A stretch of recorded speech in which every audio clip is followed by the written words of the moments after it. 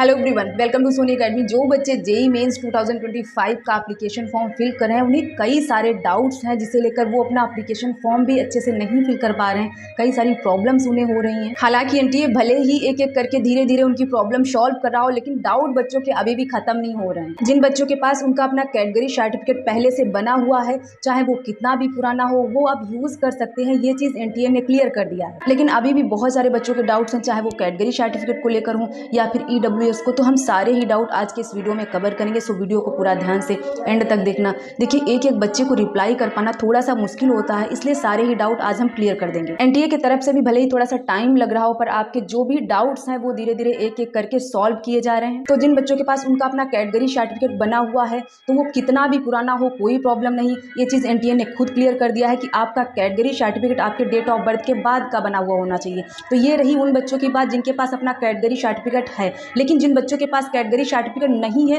उन्हें क्या करना है? जिन बच्चों के पास अपना कैटेगरी सर्टिफिकेट नहीं है वो दो तरह से बनवा सकते हैं, एक ऑनलाइन और दूसरा ऑफलाइन। तो दोनों ही तरह से आप बनवा सकते हैं। ऑनलाइन में आपका थोड़ा सा टाइम ज़्यादा लग जाता है, कभी कभी आपका 8 दिन में बन जाता है, कभी कभी 10 दिन में, कभी कभी 15 दिन या इससे ज़्यादा भी लग जाता है। और ऑफलाइन में आपका थोड़ा जल्दी बन जाता है। ऑफलाइन बनवाने में आपका ये फायदा है कि आप उनसे जाकर इंडिविजुअल मिलकर रिक्वेस्ट कर सकते हैं कि सर मेरे पास टाइम नहीं है, थोड़ा जल्दी कर दीजिए। तो वो कर भी देते हैं, आपका एक सप्ताह के अंदर बन जाता है। कई बार मैंने देखा है 3 से 4 दिन में, इवन 5 दिन में बन जाता है। अगर आप ऑनलाइन बनवाते हैं तो उसका प्रोसेस थोड़ा सा लंबा होता है, उसमें आपका एक सप्ताह से लेके 15 दिन, कभी कभी तो महीने भर भी लग जाते हैं। मेरे हिसाब से आपको ऑनलाइन और ऑफलाइन दोनों ही मोड में कैटेगरी सर्टिफिकेट के लिए अप्लाई कर देना चाहिए। जैसे भी आपका बन के आ जाता है जल्दी, वो आप यूज कर लेना। देखिए, अब आपके पास इतना ज्यादा टाइम बचा नहीं है कि आप इधर उधर की चीजों में माथा पच्ची करें। जो भी आपके पास टाइम बचा है उसका यूटिलाइज करिए। अगर आपको ऑनलाइन अपना कैटेगरी सर्टिफिकेट बनवाना है तो जब आप साइबर कैफे जाते हैं तो अपने साथ में राशन कार्ड की कॉपी या फिर पैन कार्ड या फिर आधार कार्ड या फिर अपने पेरेंट्स का कास्ट सर्टिफिकेट साथ में लेकर जाइए। आपके बहुत सारे जन सुविधा केंद्र आपके गांव देहात के एरियाज में, तो वहां जब आप जाते हैं उनके पास बनवाने के लिए, तो अगर आप उनसे जाकर सिंपली कास्ट सर्टिफिकेट बनवाने की बात करते हैं तो जो भी आपकी कास्ट है वोटेवर वो बना देते हैं। लेकिन यहीं पर अगर आप उनसे ओबीसी एनसीएल की बात करते हैं तो मोस्टली जो गांव देहात के एरियाज में जन सुविधा केंद्र है उनको ये नहीं पता होता है कि ओबीसी एनसीएल क्या है। ऐसे में आपको ये नहीं कहना है कि आप मेरा ओबीसी एनसीएल बना दीजिए, आपको ये कहना है कि अंग्रेजी फॉर्मेट वाला मुझे मेरा जाति प्रमाण पत्र बनवाना है,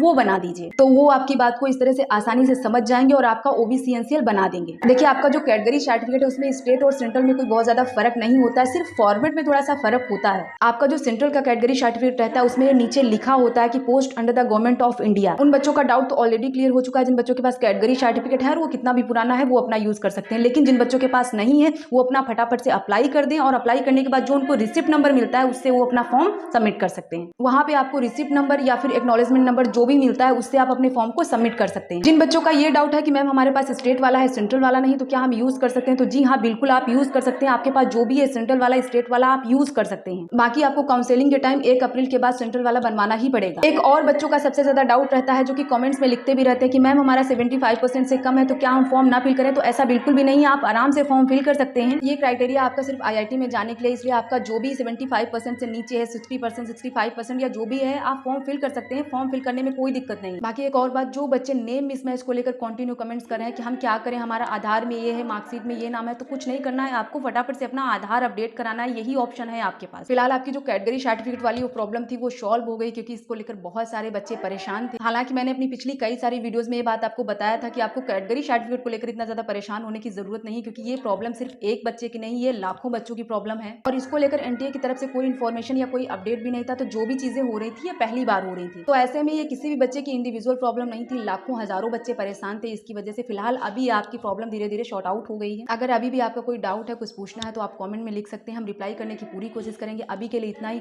जिन लोगों ने अभी तक चैनल को सब्सक्राइब नहीं किया तो प्लीज चैनल को जरूर सब्सक्राइब कर लें। मिलते हैं नेक्स्ट वीडियो में। Thanks for watching.